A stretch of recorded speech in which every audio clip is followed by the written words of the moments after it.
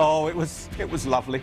Christopher Plummer won in the Best Supporting Role as an Old Gay Man category. That's a lovely category. Billy Crystal did his 1950s act, and we all cringed just a little. Rick McGinnis is a cynic, a curmudgeon, and a wonderful movie critic. Hello. Hello. Now, you know, I sort of love-hate the Oscars. I like them in a way, but they've become now, I find them rather tiresome. They're very predictable. But let's mention Christopher Plummer first.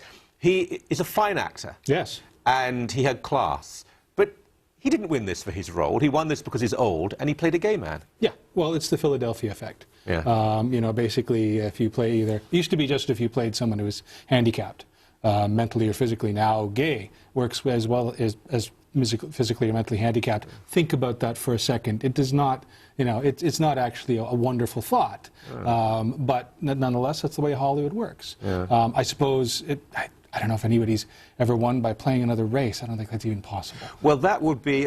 Billy Crystal got into some trouble because he blacked up as Sammy Davis Jr. He's been doing that joke for years. He's been doing all these jokes for years. Yeah. Have you noticed how immobile his face is? Well, now? I said this in, I think, some of the bumpers, that he looked... I mean, there's a... Don't even think of the name, don't say it, but there's a guy on a Toronto TV station who honestly looks like he's been dead for years. I mean, it looks like a morgue.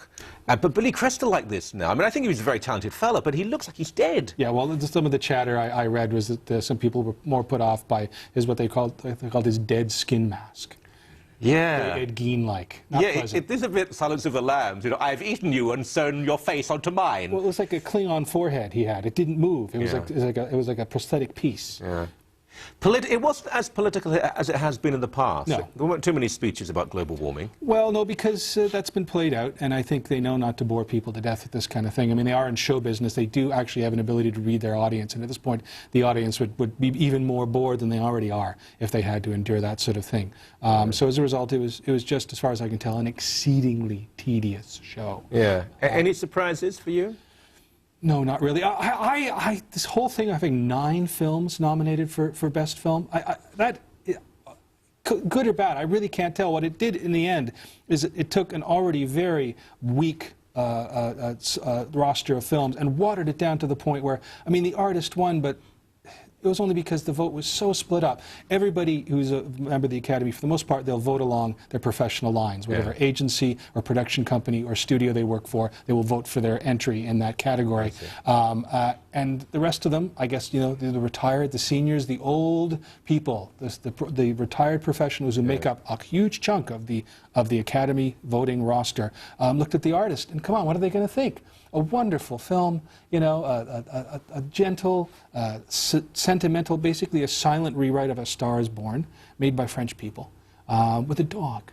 Well, the dog didn't win anything, did it? I don't know. But it got a lot of camera time. Did it? Yes. Now, I've got to admit, I haven't seen that movie because I like surround sound and not so...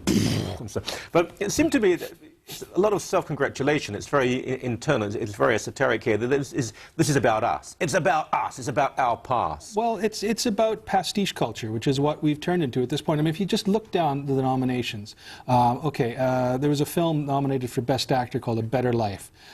It is essentially a rewrite of Vittorio De Sica's Bicycle Thief, set in contemporary Los Angeles with a truck getting stolen instead of a bike. But it's basically the same film. That's what we're dealing with here. Pure pastiche. So many... what is it? Hugo. Hugo is a film. Okay, it's made by Martin Scorsese, who, with the possible exception of Francis Ford Coppola, I can't think of another director in Hollywood who is so in love with films. Now, it shows in what he does. Everyone called it a departure. I mean, it's a film where one of the main characters is Georges Méliès. I mean, it's a love letter to film, but it's not going to garner a massive wide audience. That said, it was a family film. It has the most potential for a wide audience in that whole bunch of films. We're told that the great talents of the world go to Hollywood. Why is it then they keep on asking what is effectively a man who was funny 20 years ago, Billy Crystal, to keep doing it year after year? Because last year has been such a disaster. Yeah, well, obviously they don't have much better to work with. I mean, Bob Hope is no longer available. And clearly, every now and then they nudge out towards a riskier choice. It doesn't go so well for them. I mean, Letterman apparently is considered a risky potential host. Well, David Letterman. he was dreadful. Yeah, he was dreadful. I think that was about all they risked, was that it was going to be an even worse show than usual. Yeah. Chris Rock was just more offensive, Yeah. which I think was what they supposed to hire him for to begin with, but whatever. I don't understand the motivation anymore. It's such an in-community. Yeah. At this point. I mean, even down to the jokes that Billy Crystal made, you know, welcome to the Chapter 11 Theatre. I mean...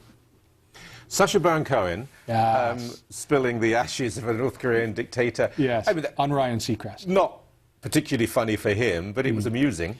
Look, that was amazing because it was such a strenuous workup. Comedy is supposed to be effortless. That was basically a week's worth of negotiations, renegotiations, public statements, retractions, invitations, uninvitations, re-invitations, just so the man could get up there, spill some ashes on Ryan Seacrest and make the joke, the line that he basically was like homing in on the whole time. If they ask you what you're wearing, say it's Kim Jong-il. Oh, I see. That's what it... Although my 18-year-old son, I thought, had the best comment on the whole thing. He said, the girl on the left is really cute. The girl on the left. Well, I mean, they were interchangeable. They were the uniform guards. That doesn't matter. But he just thought she was cute. But I thought that was the best comment on the Oscars. Meryl Streep, though, one of the few movies I did bother to see, Iron Lady, it was a marvellous performance. And she is a thoughtful, thinking, intelligent actress, as opposed to so many people are up there wearing expensive costumes. I know she is, but the problem for me with that was that I had seen a Margaret Thatcher performance in recent memory that I thought was much better. The Road to Finchley? Yes. It was different. It was the young Thatcher. It was, and it was fantastic. I was really... I've seen this several times now. I think it was one of the most impressive debuts. I'd never seen this actress before, and I thought she was fantastic. Oh, you're just doing the... Oh, yeah, well, I happened to see a British television version of, and I thought it was just eminently... Yes. I saw the Czech production in 1923, and I'm sorry, it was better. But Meryl Streep was good. She was good. I'm sure she was. She's usually good. She drives some people crazy, my wife included. But, you know, she's good at what she does. Right. It's on that blockbuster that your wife hates Meryl Streep. Thank you very much indeed. No problem, Michael. Okay. Thank you. Right.